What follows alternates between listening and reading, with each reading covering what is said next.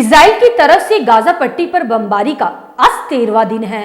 इस बीच गाजा में युद्ध विराम की मांग को लेकर अमेरिका में रहने वाले यहूदियों ने इजराइल के खिलाफ मोर्चा खोल दिया है। ये लोग अमेरिकी संसद में घुसकर गाजा में इजराइल की बमबारी को तुरंत बंद करने की मांग कर रहे हैं।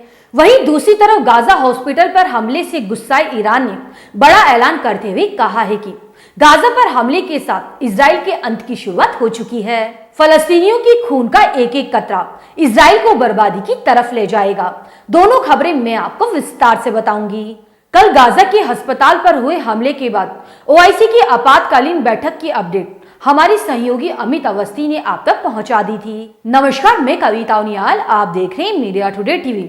आज की वीडियो में इजराइल हमास जंग से जुड़ी दो ताजा अपडेट आप तक पहुंचाऊंगी। अमेरिका में बसने वाले यहूदी यूएस कैपिटल यानी अमेरिकी संसद में घुस गए और गाजा में युद्ध विराम को लेकर विरोध प्रदर्शन किए। ये लोग कैपिटल हिल के अंदर बैनर और पोस्टर लेकर युद्ध विराम के नारे लगा रहे हैं। विरोध प्रदर्शनों को देखते हुए कैपिटल कॉम्प्लेक्स को आम लोगों के लिए बंद कर दिया गया। इन लोगों ने हाथों में बैनर और पोस्टर ले रखे थे जिन पर लिखा था कि गाजा में तुरंत संघर्ष विराम होना चाहिए। अमेरिकी पुलिस ने इन प्रदर्शनकारियों को हिरासत में ले लिया है। इसके अलावा व्हाइट हाउस के सामने भी फलस्तीनी समर्थकों ने विरोध प्रदर्शन किया।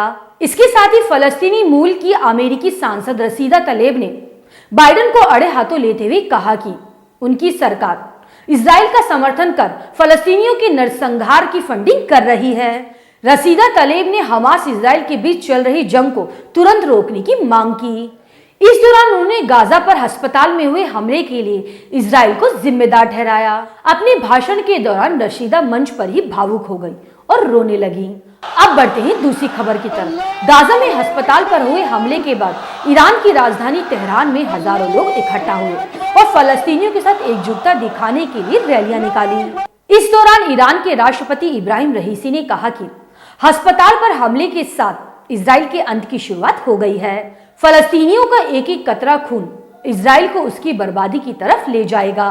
इसके साथ ही रईसी ने अमेरिका पर भड़कते हुए कहा कि अमेरिका इजराइल के अपराधों में उसकी मदद कर रहा है। तेहरान में हुई इस रैली का सरकारी टेलीविजन पर प्रसारण किया गया। इसमें लोगों के हाथ में ईरान, हिजबुल्ला और फलस्तीन के झंडे थे। लोग फलस्तीन की आजादी से जुड़े नारे लगा रहे थे। अब बात करते हैं ओआईसी की बैठक की। ओआईसी की बैठक में संयुक्त राष्ट्र की निंदा के साथ साथ पश्चिमी देशों को भी खरी खोटी सुनाई गई। ओआईसी की बैठक में इजराइल के हमलों को युद्ध अपराध की श्रेणी में रखा गया। बैठक में सभी देशों ने एक सुर में कहा कि इजराइल की तरफ से फलस्तीनी लोगों पर एक के बाद एक जुल्म किए जा रहे हैं। अस्पताल पर हमला दिखाता है कि इजराइल किस स्तर पर उतर आया है।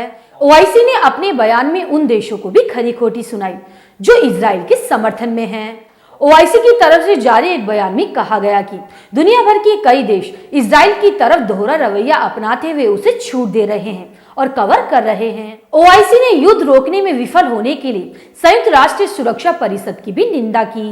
बैठक में फलस्तीन के विदेश मंत्री ने कहा कि जिन देशों ने इस युद्ध को छेड़ने के लिए इजराइल को छूट दी, उन्हें हथियार प्रदान किए और सैन्य बल दिया, वे सभी इस युद्ध अपराध में शामिल हैं।